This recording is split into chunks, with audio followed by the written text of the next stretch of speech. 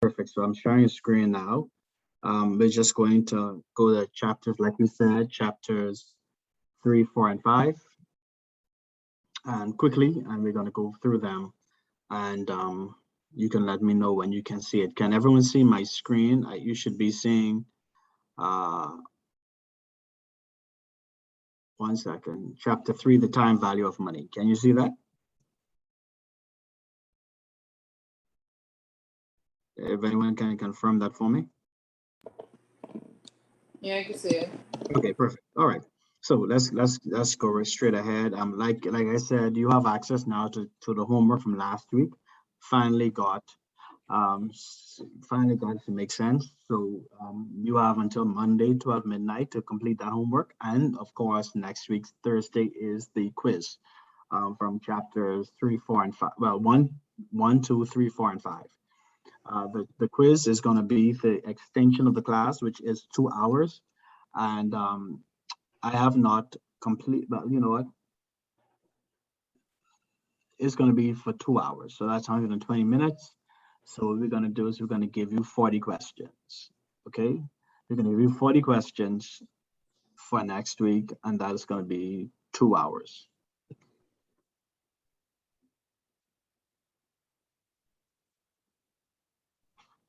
For the first quiz. Chapter 3 talks about the time value of money. We all more or less understand the value of money in that $1 today is worth less in 20 years. All right, so the value of the dollar today is worth less in 20 years. So now we're making sense out of how to calculate, how to make a proper investment, or even as a finance manager, how to know what is a good investment or good expense for the company to get into. The first objective we're going to look at is calculating future values and understanding compounding, calculating present values, understanding discounting. We're going to calculate implied interest rates and waiting time from the time value of money, apply the time value of money equation, and then, of course, explain the rule of 72, which is a simple estimation of doubling values. The rule of 72 simply says, if I have $1,000 today, how long will it take me to have $2,000 just by investing? Okay, or what investment vehicle I need and what percentage of that on that investment vehicle do I need in order to double my money? Okay, all right. So now the first thing is future value and compounding interest. When a sum of money is invested into an account that pays a rate of interest for the period during which the money is invested, the value of that money at the end of the stated period is called the future or the compound value of that sum of money. Okay, so you invested a particular sum of money today and over a period of time, and then there's a time in the future, whereas you're going to figure out what this money is valued or worth. That is called the compounding interest of that particular set of funds. This type of calculation is done when determining the attractiveness of alternative investments or when one is trying to figure out the effect of inflation on the future cost of assets, such as a car or a house. So you want to know what a car is going to be valued in 5 years, or you want to know what a house is going to be valued in 5 years. You will then go ahead and start calculating what is the future value of this particular house, okay? Or this particular car, whatever it is. So your single period scenario, as you see here, is that your future value is your present value, which is your base value. It's your present value plus your present value times whatever interest rate that you will be being paid on this. And that is what your future value will be in the future. So let's look at it. Let's look at our first example. So let's say John deposits $200 for a year in an account that pays 6% per year. At the end of the year, he's going to have $212. This is just a simple period, a single period where he puts $200 today. They promise him 6% at the end of the year. And in his account at the end of the year, it's going to be $212. How do you calculate that? You take your $200 and then you add 200 times 0.06, and that you get 212. A simple way to do this is to take your $200 and then you that's your base, so you don't change. What you do though is you take whatever the percentage is you make that percentage a decimal. Anybody remembers how to make a percentage a decimal?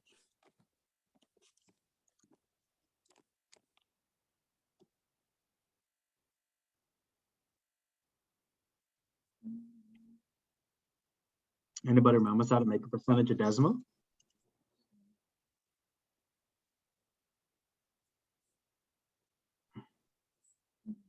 Not all at once.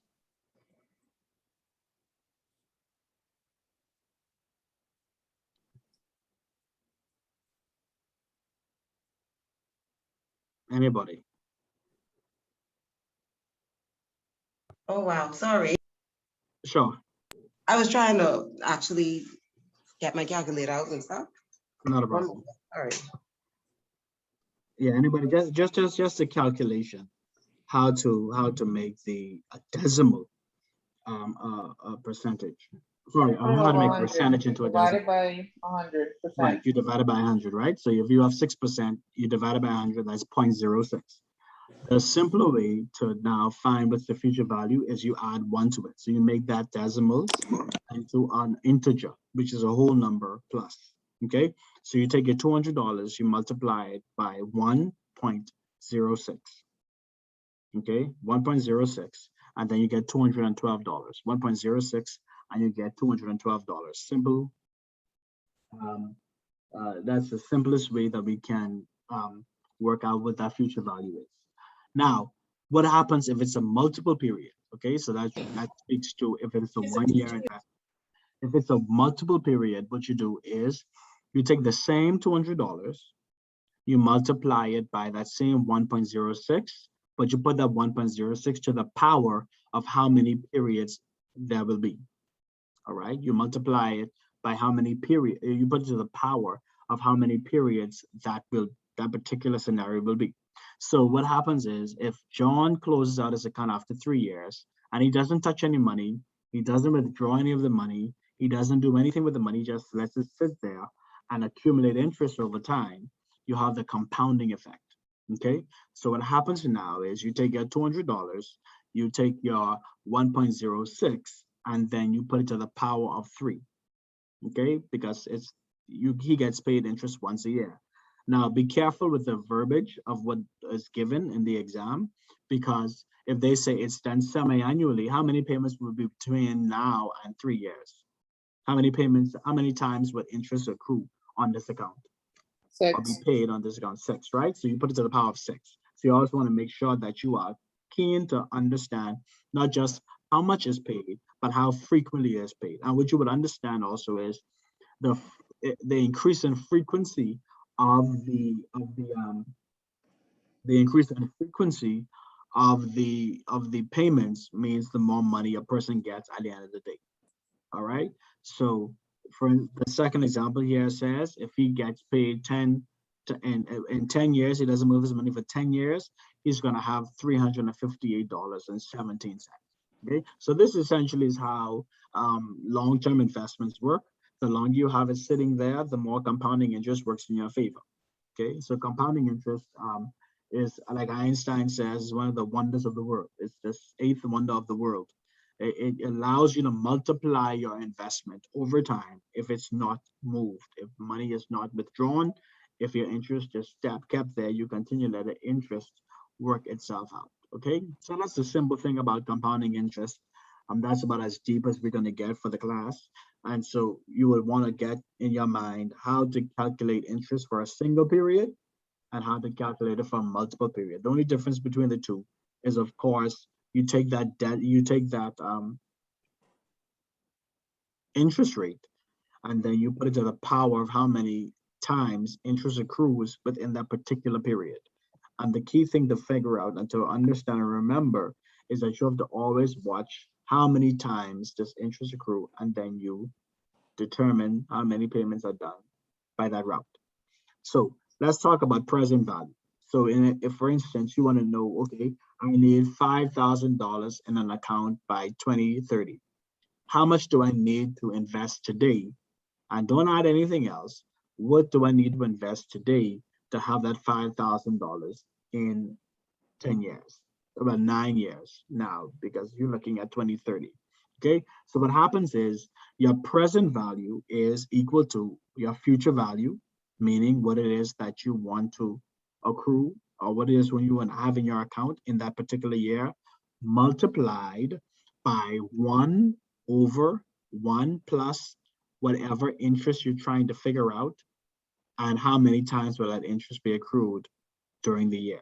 Okay, so let's look at it. Let's look at an example. Let's just say you just won a jackpot of $50,000 at the casino, right? You'd like to save a portion of it so as to have $40,000 to put down on a house after 5 years. So in 5 years, you want to know what's going on, okay? You want to know, what do I need to ensure that I have this $40,000 to put down on for my down payment, okay? Your bank pays a 6% rate of interest. How much money will you have to set aside from the jackpot winnings? How much of that $50,000 do you need to put down today to make sure you get $40,000 in 5 years? If you find that your bank pays 6% rate of interest, that is fixed, okay? You want to make sure also that the rate of interest that you're investing in is fixed so that you can better calculate the money that you're going to get in the future. Okay, so let's look at that. So here the future value, FV, that's how it's notated. The future value is $40,000. So in FV, you will put $40,000. You will multiply it by 1 over 1.06 to the power of 5. So they pay you 6% per year. So you put, of course, your 6%, you would divide it by 100, you get 0.06, you add 1 to that. And so you get 1.06 to the power of 5. So 40,000 multiplied by 0.747258 is equal to $29,890.32. So that means then that this $29,890,000 that you put down today will be $40,000 in 5 years on an account that pays you 6%. Everybody good so far?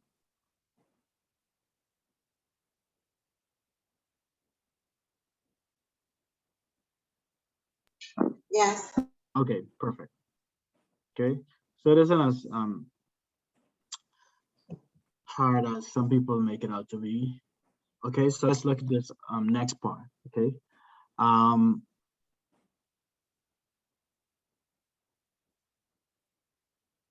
this is the same thing. There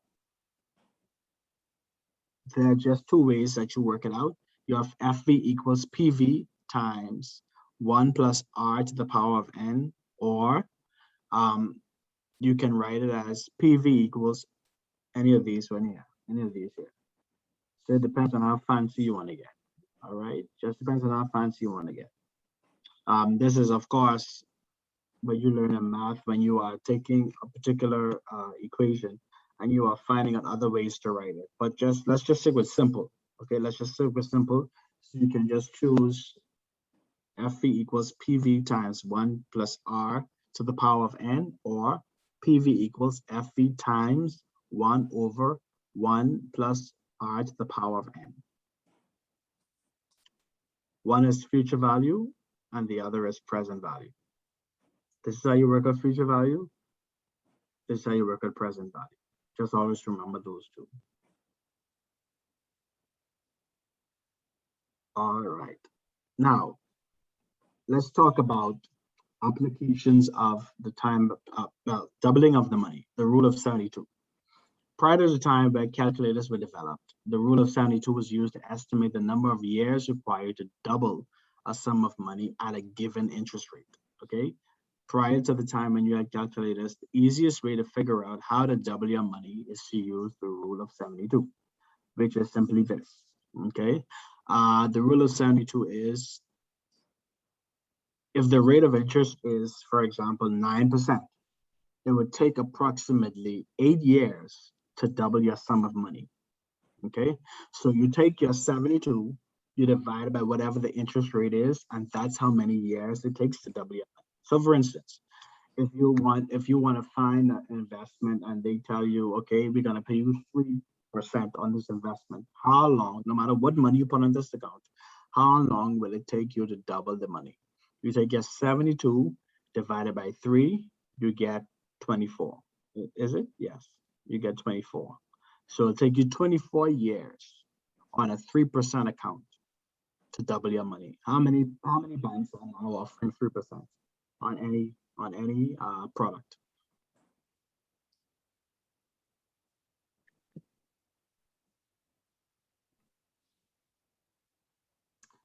These notes are taken from this is chapter 3. These are just the notes for chapter 3.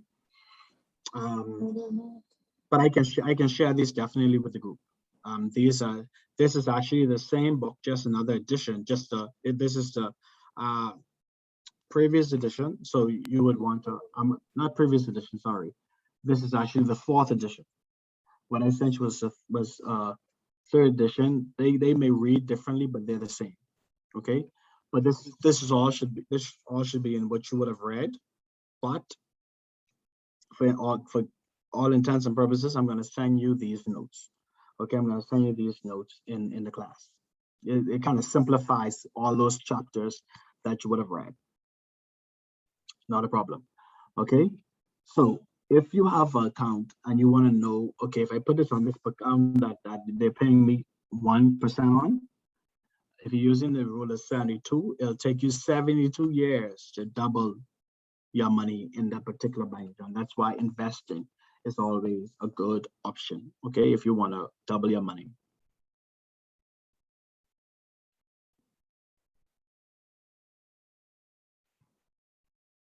Okay, and these notes also would give you various ways to calculate, and these notes would also give you some practice questions and some answers, okay? So this would help you. Does anyone have any questions on compound interest?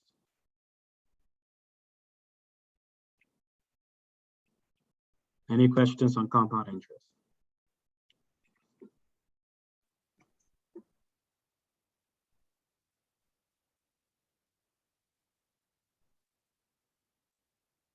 You were good?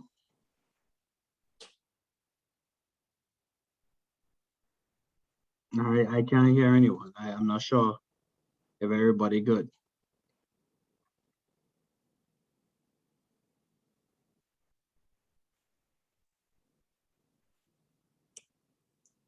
All right. Yes, we're good. Sorry, I'm sorry, I'm good. Okay. All right. Just making sure. Let's look at chapter 4.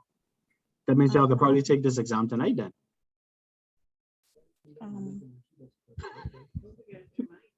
I think I have to look at those notes and kind of work them out and practice them. Okay, not a problem. Not a problem at all. Okay. So let's look at chapter 4, the time value of money. Time value of money part 2. Time value of money part 2. So let's look at this. Compute the future value of multiple cash flows, determine the future value of an annuity, determine the present value of an annuity, adjust the annuity formula for present value and future value for an annuity date, and understand the concept of perpetuity, distinguish among the different types of loan repayments, discount loans, interest-only loans, amortized loans, build and analyze amortization schedules, calculate the waiting time and interest rates for an annuity, apply the time value of money concepts to evaluate lottery cash flow choice, and to summarize the 10 essential points about the time value of money. All right, so this is essentially what we're going to cover for chapter 4. So let's look at this. All right, so future value of multiple payment streams. So in instances where you would have deposited a certain amount of money today and they pay 10% per year, and then you are, unlike the other examples we used in chapter 3, whereas you just put some money down and then you just let interest accumulate for itself. In this instance, you can actually put different cash flows. You get so you may get an ASU this year for $7,000. Next year you may have an ASU for $3,000, and so you want to dump that $3,000 ASU on this account. The following year you go another ASU for $5,000. You want to dump that. So when you have multiple inputs. And you also have an uneven cash flow stream, so it's not 7,000 a year or 3,000 a year. Then you want to know how much money would this look like. Okay, so let's look at this in this instance.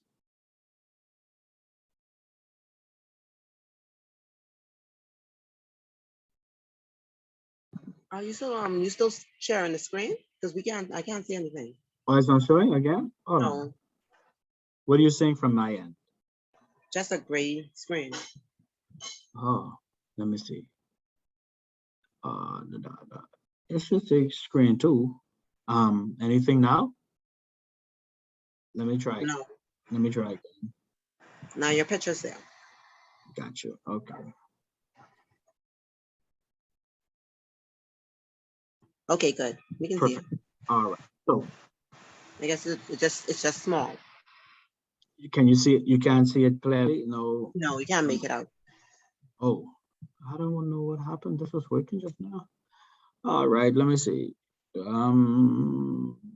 Is that better? Yeah, that's better. Okay. This is life size than mine. All right. So Okay. perfect. Okay. So let me just, yeah, thank you so much. Let me know when you can see it. So in the case of investments involving unequal periodic cash flows, we can calculate the future value of the cash flows by treating each of the cash flows as a lump sum and calculate its future value over the relevant number of periods. The individual future values are then summed up to get the future value of the multiple payment streams. All right, so the individual future values are then summed up to get the future value of the multiple payment streams. It is best to use a timeline as shown in figure 4.1 that we see here, which clearly shows each cash flow, the respective number of periods over which interest is to be compounded, and the interest rate that will apply. So this is your timeline that you want to show. So let's say for this example, you have Jim deposits $3,000 today into an account that pays 10% per year. Okay, so the thing that doesn't change is the amount of interest that they pay per year. So they pay 10% per year, and then they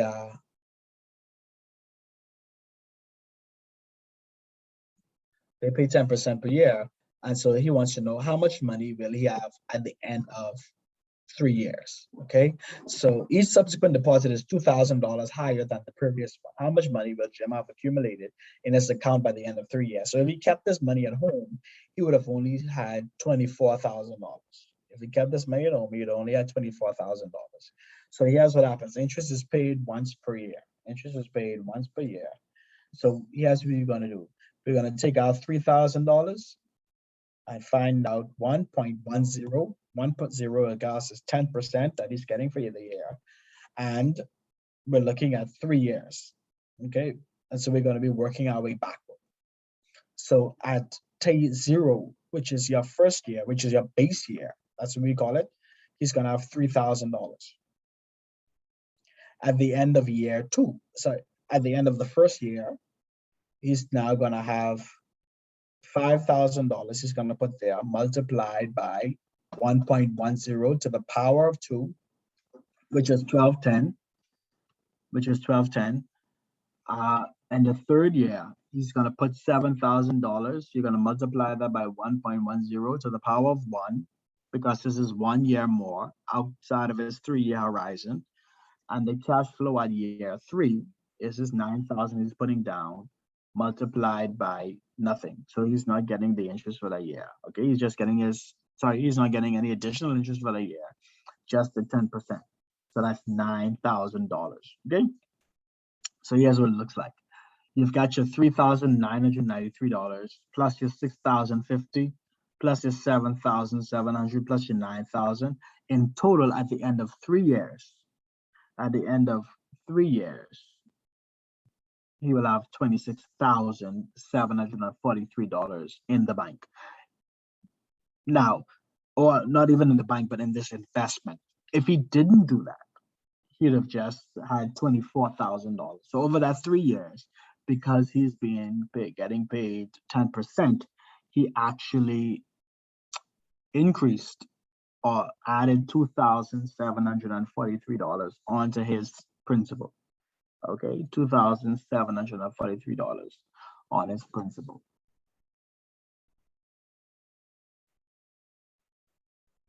Everybody got that? Yeah. You're working way backwards. So if you have a timeline, okay, you're saying, okay, in 3 years, I want to know how much money I'll have if I find this investment of $10,000. If you say it's a 3-year window you want to use, you're going to go to your base year, which is this year, and you put it to the power of 3, whatever is your furthest year out. Next, the following year, you're going to say, okay, if I put this amount, how much am I going to get? You're going to take that amount, multiply it by whatever the percentage is, and then you put it to the power of 2 because you now have 2 more years in your horizon. In your second year, you're going to say you have 1 more year in your horizon, and then in your last year, of course, you're going to have no more years in your horizon. So you put it to the power of 0. All right. So let's look at the future value of an annuity stream. Often we are faced with financial situations which involve equal periodic outflows and inflows. Such payment streams are known as annuities. Examples of an annuity stream are rent, because they don't really change. Lease, your mortgage, your car loan, retirement annuity payments, okay? An annuity stream can begin at the start of each period, as is true of rent and insurance payments, or at the end of each period, as is the case of mortgage and loan payments. The former type, which are the insurance and your rent payments, is called an annuity due, while the latter is known as an ordinary annuity stream.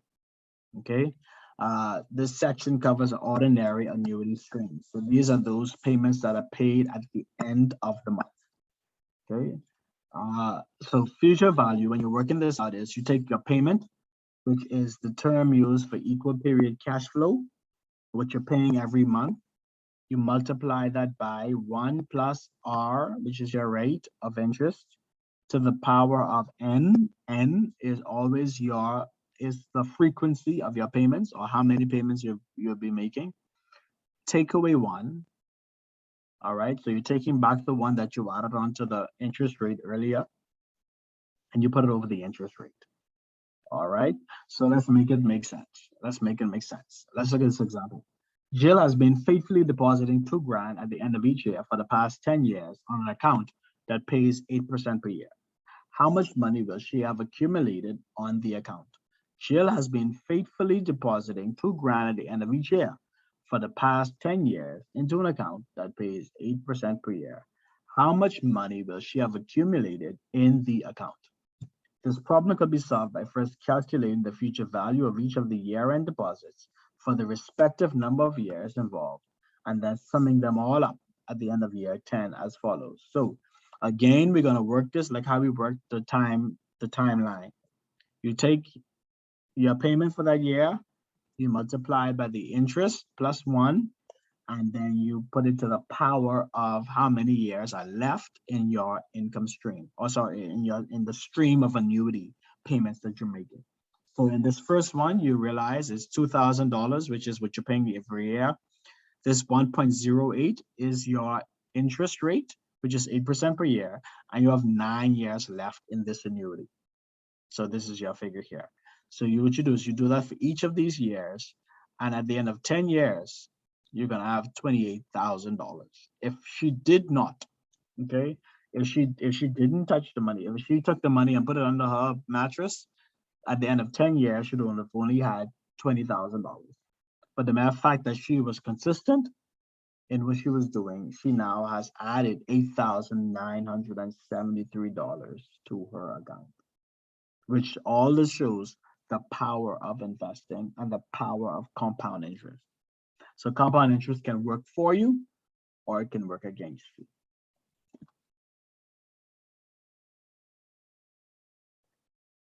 The quicker way to work this out is you take your future value, you're trying to figure what your future value is.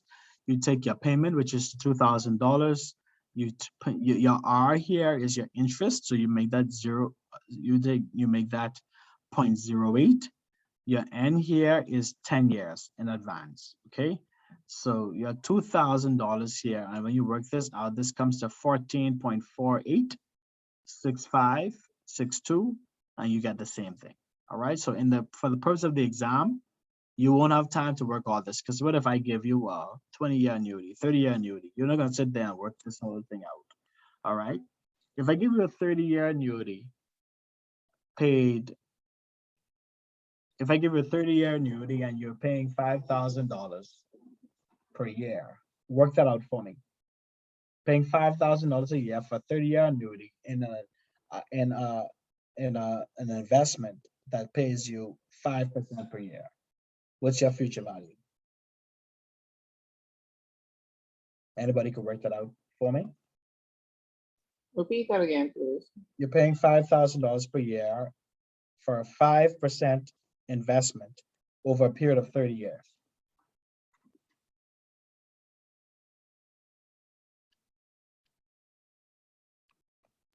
Mr. Carter, you can put that in the chat, please.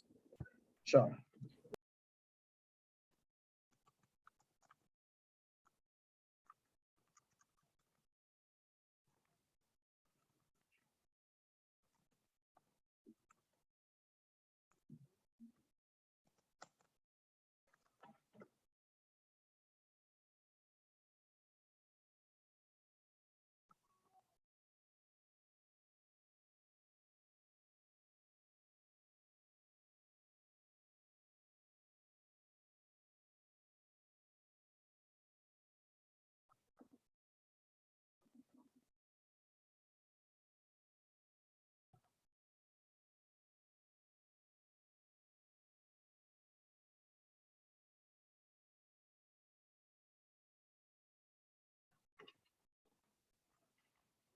$5,000 per year for 30 years at 5% per annum.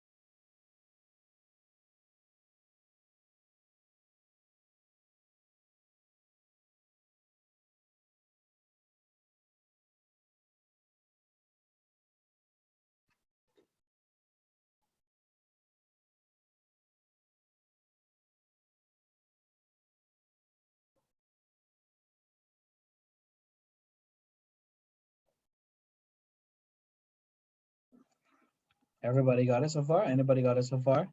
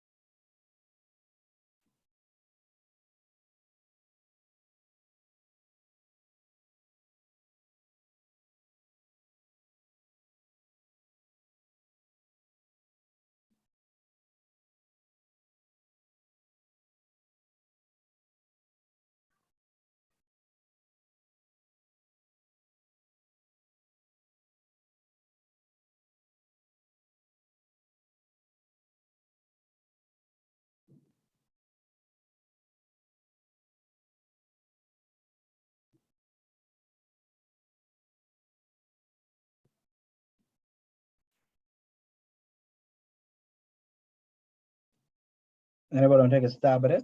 Or show me how, or show how they're working it through it?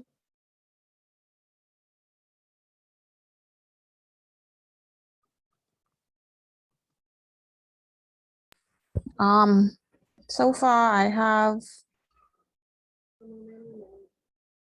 I substitute the figures in, so the payment is 5,000 times, and then we have the brackets. I have 1 plus 5% to the power of n minus 1 So over how did you r. put the 5%? I put it as a whole figure. Okay. And then I worked it out to be 6%. So in brackets, it'd be 5,000, well, 5,000 times 6 to the power of n minus 1. And then that would be 5,000 times 7 to the power of 29 over r. That's as far as I got so far. When you see R there, what you're gonna do is you're gonna translate that as a decimal. So you're gonna put 1 plus 0.005, and your n would be 30. So what it's gonna be is 5,000 is your PMT, which is your payment, multiplied by 1.05 to the power of 30. Take away 1 over 0.05.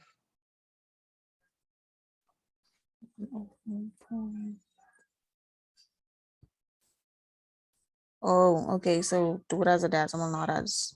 Correct. Okay. Yeah. So that's a decimal.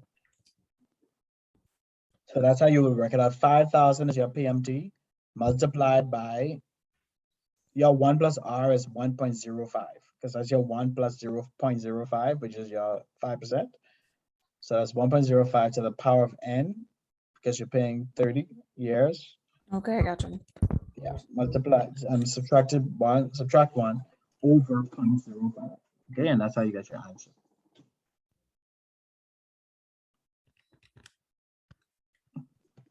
Let's look at the present value of an annuity. This works out to work like this, okay? If I want 50 grand in this annuity in 20 years, what do I need to invest today? All right, what do I need to invest today? So here's what you do. You take, if you're interested in finding the value of a series of equal period cash flows at the current point in time, we can either sum up the discounted values of each periodic cash flow for the related number of periods, or use the simplified formula, which is also just a kind of twist on what your first formula was.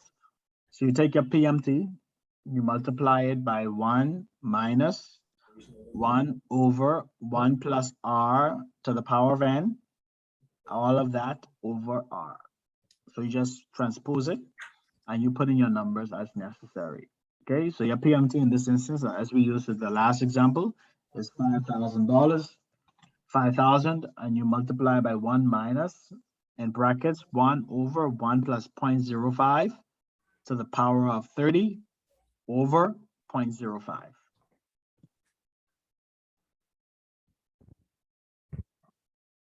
So let's look how we're going to work this. Okay, let's look at the example. So John wants to make sure that he has saved up enough money prior to the year in which his daughter begins college. Based on the current estimates, he figures that college expenses will amount to 40 grand per year for 4 years. You're not just focusing on, you're not looking at any extended things like inflation and tuition. Okay, how much money will John need to have accumulated in an account that earns 7% per year just prior to the year that his daughter starts college? All right, so let's look at this. His daughter is going to college and soon, so the n here would be 4 years. So 4 years is what he's gonna be needing the college tuition for. His payment is 40 grand and his interest rate is 7%.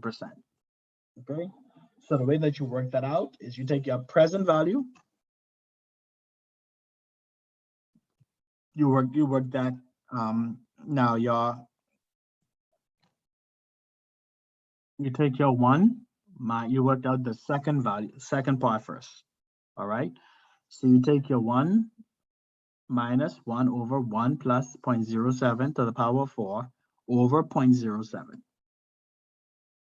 And what you get here is 3.387211. Then what you do is you multiply the annuity payment, which is what he needs to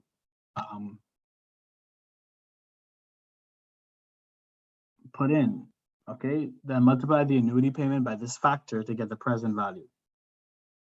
So 40 grand multiplied by 3.387211 is $135,000.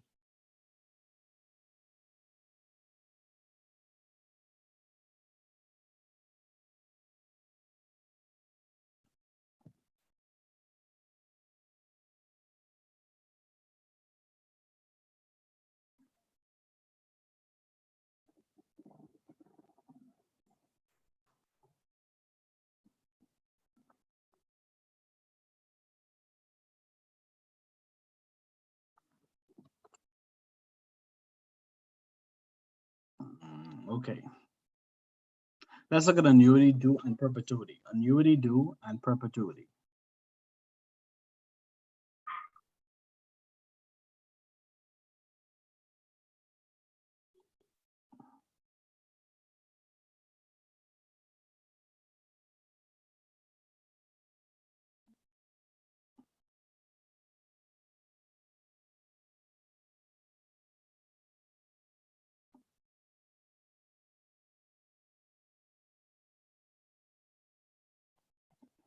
Certain types of financial transactions, such as rent, lease, and insurance payments, involve equal periodic cash flows that begin right away or at the beginning of each time interval. So this is for those that pay at the beginning of the month. Okay, this annuity type is known as annuity due. Figure 4.5 below, that's shown here in the text, shows both types of annuities on a timeline. An annuity due stream is scaled back for one period as shown by the arrows. Okay, note that when calculating the present value of an annuity due stream, one less period of interest will be required for each payment because the first cash flow begins right away. Okay, so when you're doing this, you leave out the first the base time. Okay, you're leaving out the base timeline. So your T0 would be always blank because you start at T1. Because as soon as you start your insurance, as soon as you start paying your rent, you're already accumulating interest, or you're already paid. Okay. So note that when calculating the present value of an annuity due stream, one less period, like we said, is due. So likewise, when calculating the future value of the cash flow stream at the end of 4 periods, an additional period of interest will apply to each periodic cash flow, since the fourth payment occurs at the beginning of the fourth year. So let's look at this example.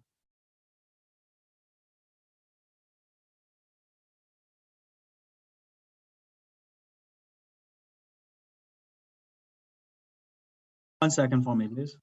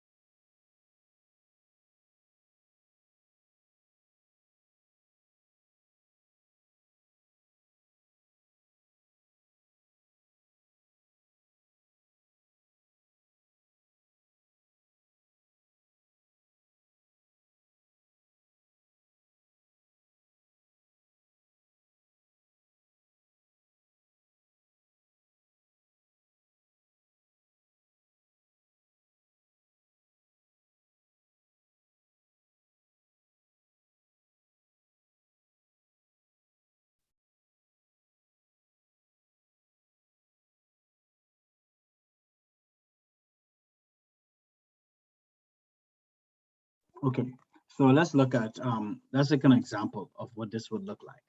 Okay, let's say that you are saving up for retirement and you decide to deposit 3 grand each year for the next 20 years into an account, which pays a rate of interest of 8% per year. Okay, by how much will your accumulated nest egg vary if you make each of the 20 deposits at the beginning of the year, starting right away, rather than at the end of the next 20 years? Okay, so you're making it at the beginning of the year as opposed to paying it at the end of the year. Okay, so here's what you do. You take your $3,000 that you're paying at the beginning of every year, you multiply it by payment. So you take your payment times 1 plus r to the power of n minus 1 over r. Okay, so you take your payment, which is your $3,000 at the beginning of every year. You are going to multiply it by 1.088%, being, of course, again, your interest that you're accumulating every year, and you're putting it to the power of 20 because you want to know you're doing this over a span of 20 years. Okay, and pretty much that's what you're going to be working out. That's what you're going to be working out. Okay, so at the end of 20 years, you're looking to have $137,000. This is how it works with compound interest, and this is how it works with retirement funds. Okay, that's why you can put just a little bit amount over every year, and then at the end of your retirement, you have this big lump sum. Okay, let's look at perpetuity. A perpetuity is an equal periodic cash flow stream that will never cease. One example of such a stream is the British Consul, which is a bond issued by the government of Britain that promised to pay a specified rate of interest forever, without ever repaying the principal. The present value of a perpetuity is calculated by using a simple format. You take your payment, you divide it by your rate. You don't ever have to put in any other thing because there's no future value you're looking for in the future. All right. So what's going to happen is you're going to take your $60 or whatever, and if you are considering the purchase of a console that pays $60 per year forever, and the rate of interest you want to earn is 10% per year, how much money should you pay for the console? You should pay $600 for the console, because it's your $60 you're getting paid into perpetuity, and you divide it by how much interest you want to earn per year, which is 10%. All right, and then you're going to be paying $600 per year, which makes sense. I mean, $600. Okay, that's the most you should pay for this console.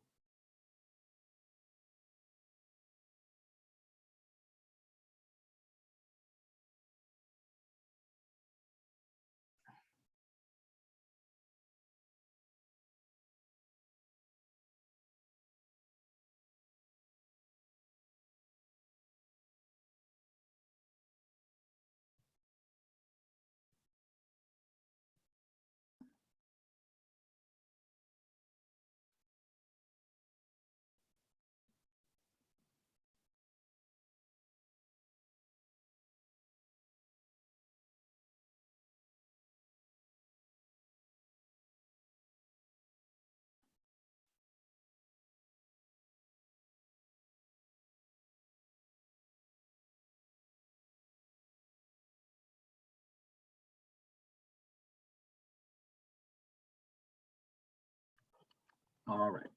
So let's go down, let's go down, let's go down, let's go down.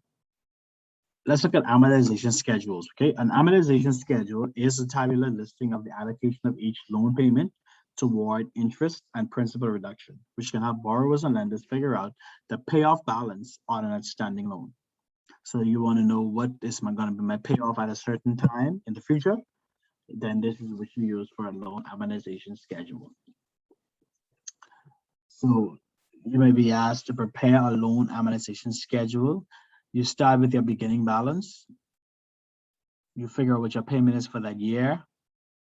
Then you take your payment, you divide it by your interest. You take a payment, which of course, when you're paying every year, your payment includes your interest and your principal. Okay, your interest and your principal.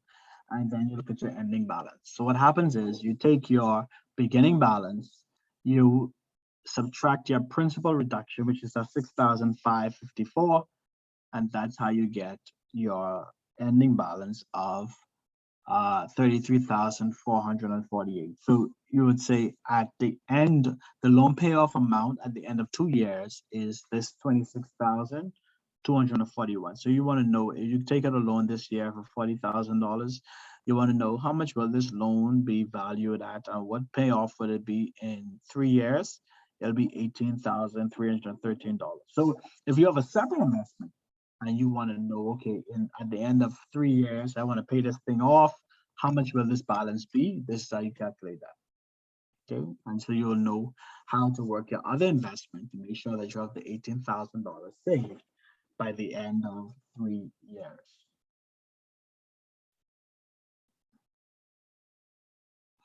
Waiting time and interest.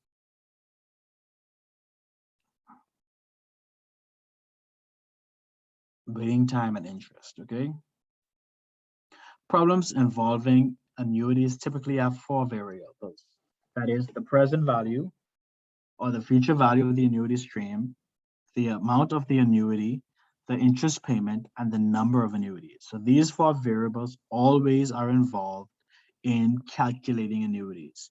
Your present or your future value, the amount of the annuity, which is the payment, the interest rate, which is being paid on this annuity, and the number of annuities, how long this annuity will be in flow. Okay, so if any 3 of the 4 variables are given, we can easily solve for the 4th one. Okay, and so I want you to focus on this particular part of the reading, because when you come to your final exam, it won't always just be giving you figure out the future value. It may ask you, based on this future value at this interest rate, what is the payment?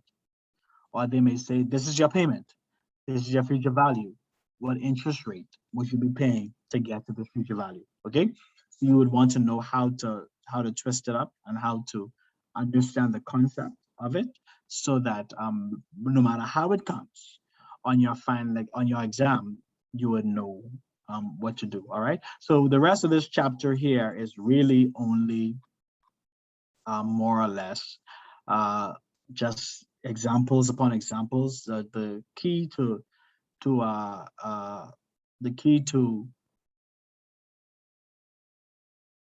one second for me.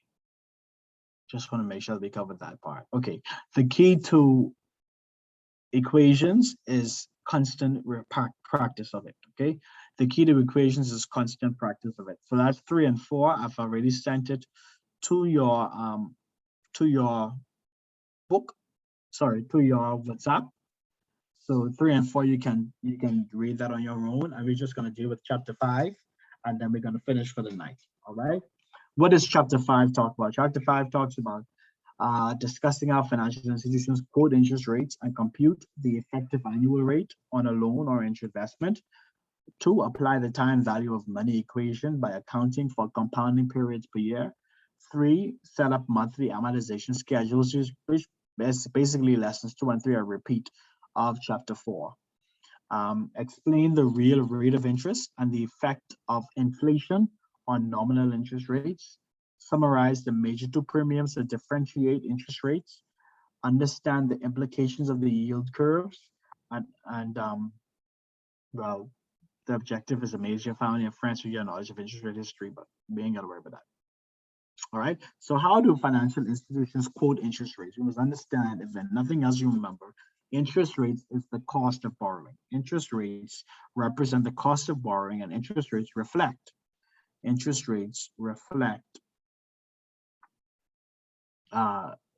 the perceived risk that you bring to that financial institution. Okay.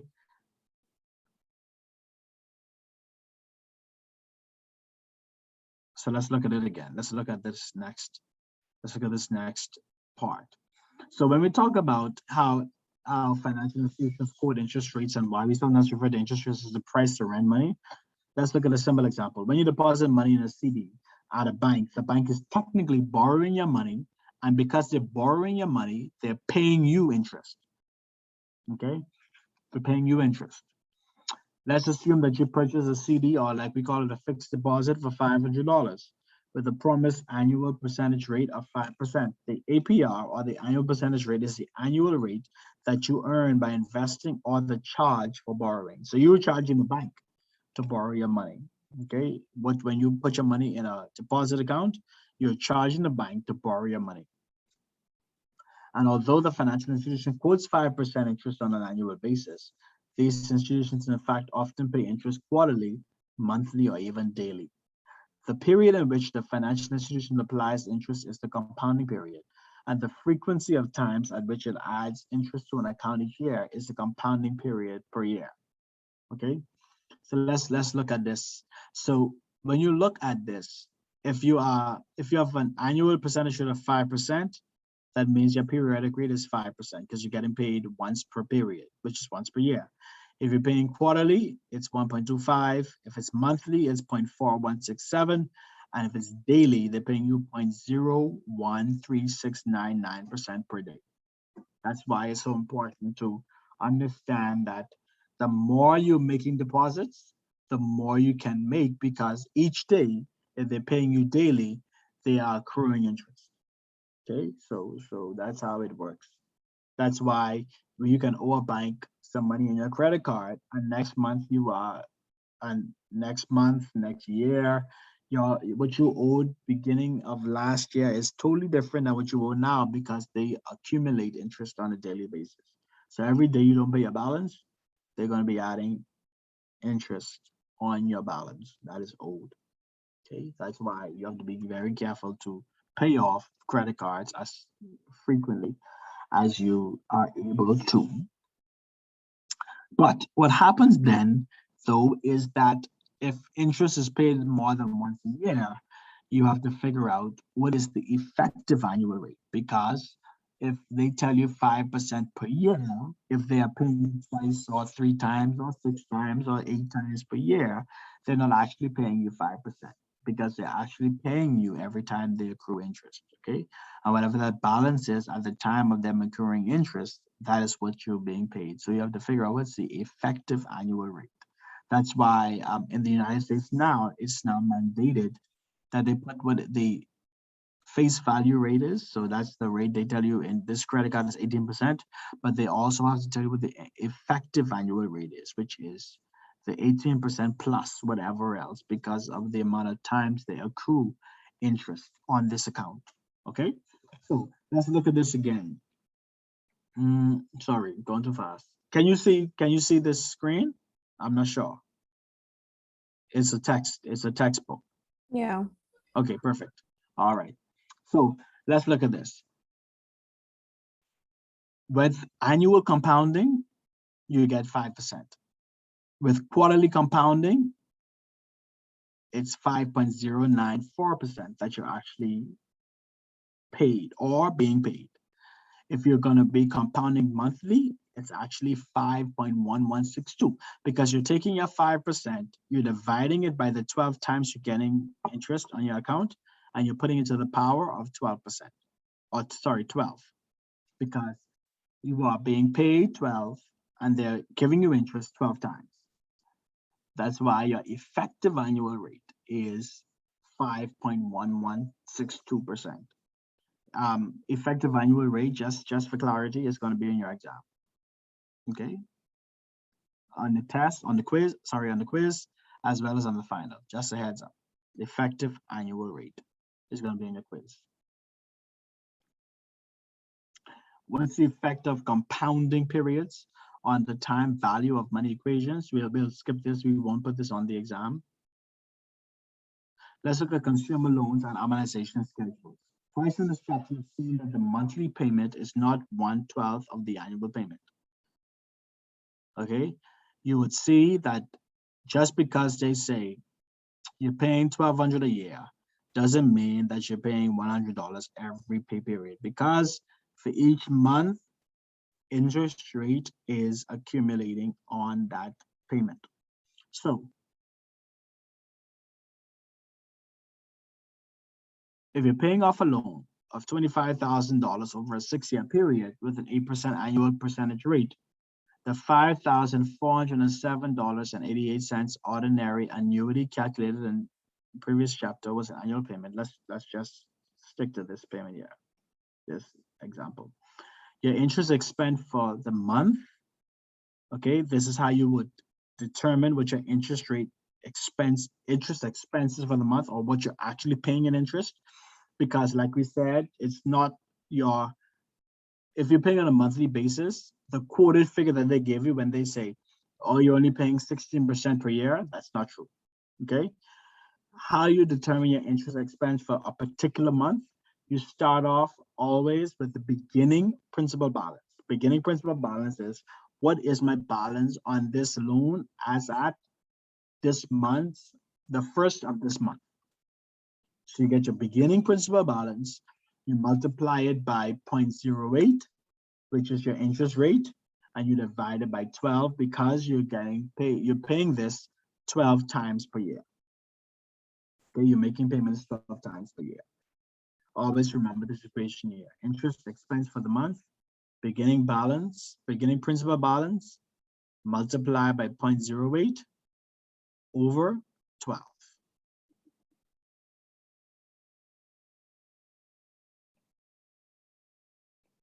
Let's look at nominal and real interest rates. Nominal, and real interest rates. We can also call the interest rates we are using in the introductory chapters nominal interest rates. Okay, nominal interest rates consist of inflation and the real interest rate. The real interest rate is the reward for waiting. That's what they call it. All right. The nominal rate is the percentage change in the actual dollars that you receive on your investment. That's the nominal rate. Your nominal rate is the percentage change in the actual dollars that you receive on your investment. So let's look at this assumption. Assume you're willing to postpone the consumption of $500 today to buy a 7% CD at your local bank. So you're taking your $500, opening a fixed deposit today. That pays 7%. Holding this CD for 1 year provides you with a 7% return. This return for postponing consumption implies that at the end of the year, you should be able to buy more goods and services than the $500 would have purchased at the beginning of the year. So at the end of the year, if we just say, okay, if they say we're going to pay you 7%, instead of just having the $500, if you can delay gratification, you will have $535. However, as we all know, the price of goods would tend to increase over that time, because you would often notice that whenever you're getting a bonus at work or whenever you're getting an increase at work, all of a sudden national insurance increases at the same time, because unfortunately increases in money doesn't necessarily mean that there's a decrease in the interest rate that you have to pay. Okay, so let's look at this.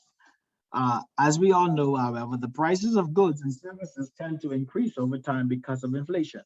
Inflation will eat away some of the benefit of the extra $35. So the 7% return should be sufficient both to cover inflation and to provide some reward for waiting. So the nominal rate is your real rate plus your expected inflation. Your real rate is included in your 7%. So whatever your percentages they're paying you, they're saying because you've chosen not to spend it now but spend it later, we're going to cover the cost for the reduction in value of this money, plus we're going to actually give you a little extra for actually saving this money. So let's look at this. That's just a problem that you can look at your own time. Let's look at risk-free rates and premiums. Risk-free rates and premiums. We have looked at two important concepts in regard to interest rates: the concept of annual rates and the periodic rates, and the concept of real rates and nominal rates. Okay, when you visit any financial institution, okay, you will see many different advertisements. For example, a visit to the website of a local credit union revealed a number of borrowing rates and investing rates. Why are these nominal rates different? They are different because of two things: the level of risk of the investment or loan and the length of the investment or loan. the longer the investment, the higher the interest. Why is that? Anybody wanna take a stab at it? Why is the longer the interest, the higher the longer the investment, the higher the interest?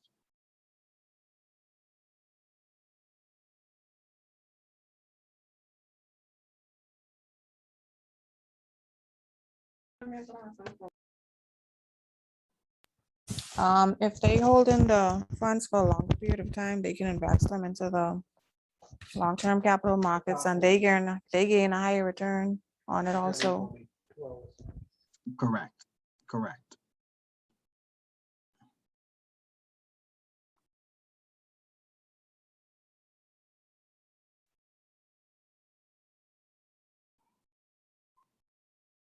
All right, let's look at this again. Let's look at, so they're paying you. They're actually giving you an incentive to hold your money, that's spending it today. That is essentially why they would give you a higher rate. And so that is definitely, of course, correct. This is a lot of wording. Let's look at yield curves. Anybody knows, without looking at this, based on your reading, what is the yield curve?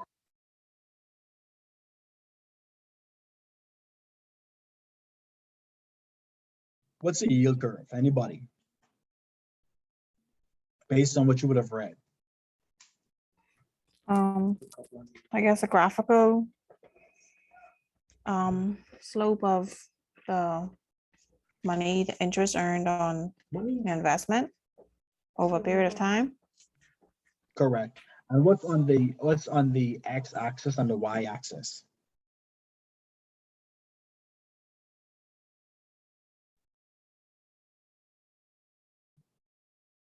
You can repeat that part, please. What's on the x-axis and the y-axis of the yield curve? Let's start. What's on the x-axis?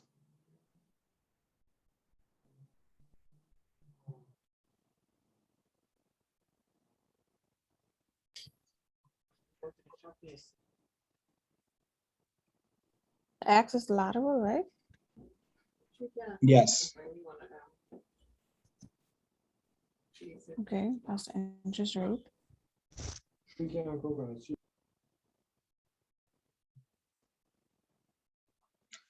X will show, that's the lateral one, that's the horizontal one, that shows what? On the Time yield of curve. maturity. Time to maturity, and the Y curve will show what?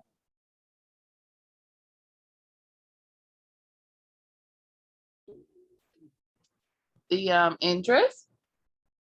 Right. So what does the upward sloping yield curve mean? The That interest increasing.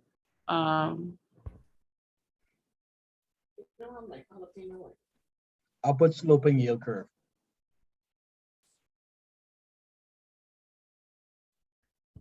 the return is higher for a longer period of, if it's has a longer period of maturity. That is correct. And what happens with a downward sloping yield curve? What's happening there?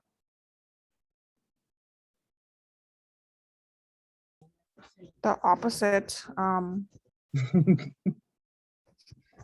I guess the higher yield is earned at the beginning of the investment and the rate decreases at the end of the investment. Right. And so that means what? Why would a person invest in that?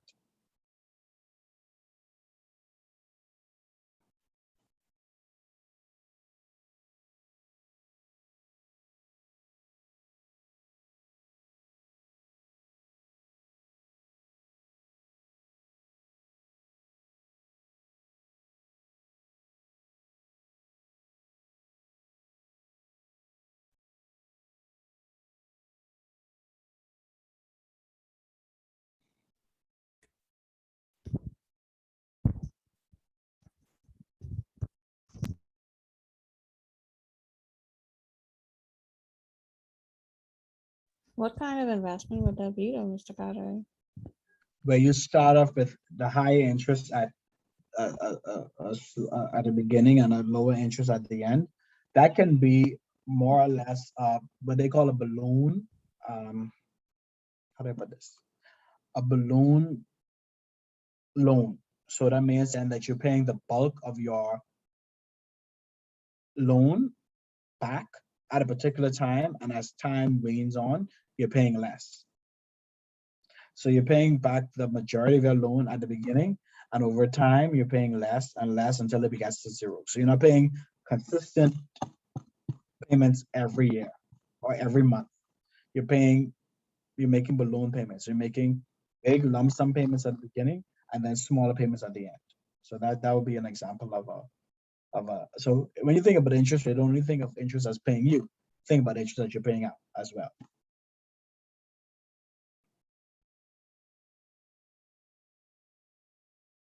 Okay. All right. I think I've you want to pay attention to these notations, what they mean, so that when you see them on the test, that you understand what they are. They're in your printout, not printout, sorry. They're in your PDF that you have in your WhatsApp. Okay.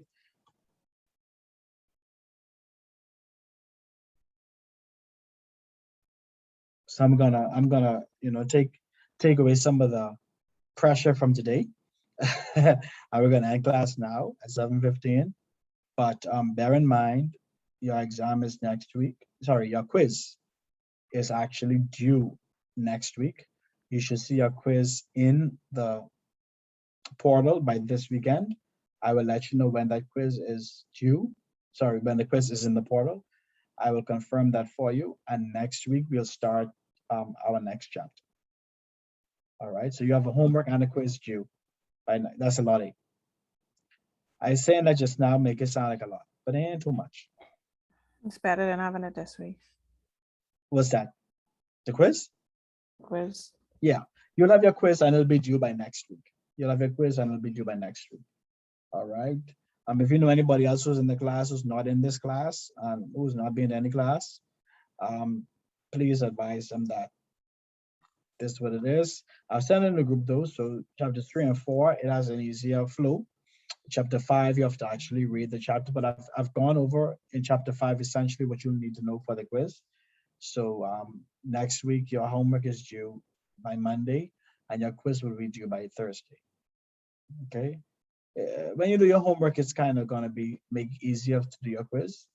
And so please, if you have any questions, you can ask in the WhatsApp group and we'll be happy to assist. Let me just get a notation of those who are in class this week. Everyone who's in class this week was in class last week, correct? Yes. I'm in my sister's account, but yeah. I'm sorry. I'm signed in on my sister's Zoom, but yeah. Okay, because I was trying to figure out for the life of me who's LaShawn. Who's LaShawn? Who is LaShawn? This would be who? Letitia Dames. Letitia. Okay, gotcha. Thank you for telling me, because I would have been looking like who's I don't know what LaShawn is. I was gonna figure Miguel, then put a new student in the class. All right. So if you have any questions, please reach out to us. I have on my listing Latira, Letitia, Dominique, and Natonia. That's what I have in the class. All right. So if that, pardon, sorry. All right. Hey, This calculator, right? What is it? A T what? I'm confused. which calculator? The financial calculator. You have the Texas Instrument one, Yeah. that TI plus one, or something like that. What is it? A TI plus? I think that's the code for TI plus, but because I legit had to go on YouTube to figure out how to use that thing. Oh boy. Okay. you for this class for this class you would really just use this. You could use the scientific calculator. I mean, if it may take a little longer, but you can use the scientific calculator. Okay. Yeah. All right. Have a good night. I'll see you next week, Thursday. Good Okay. night. Have a good one. Good night.